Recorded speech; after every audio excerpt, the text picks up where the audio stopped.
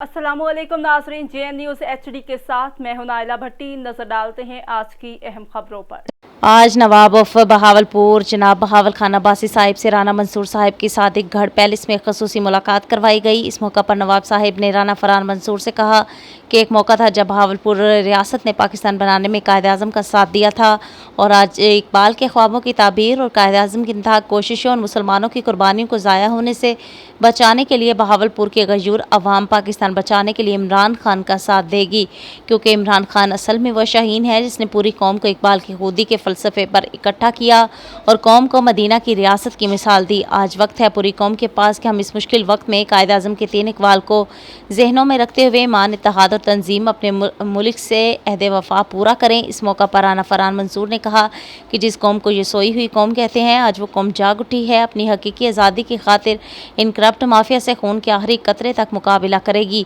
और ये जंग जहद मुसलसल जारी रहेगी, जिसका अख्ताम इस वक्त होगा जब करप्ट माफिया अपने आखिरी इंजाम तक नहीं पहुँचेगा।